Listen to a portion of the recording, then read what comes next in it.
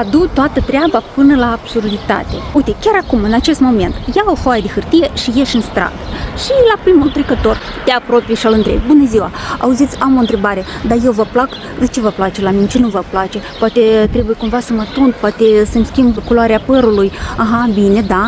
Și notează. După care te duci la următorul: bună ziua, am o întrebare, spuneți vă rog, eu vă plac? Ăsta zice: nu, trebuie slăbesc.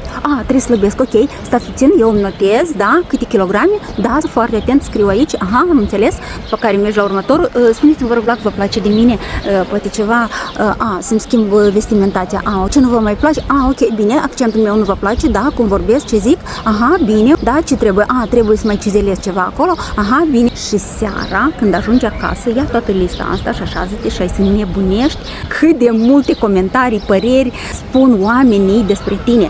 Și momentul cheie, draga mea femeie holistică, frumoasă la minte, trup și suflet, este important să conștientizezi că într-adevăr în această lume sunt oameni cărora tu nu le placi. Și următoarea întrebare: și ce acum?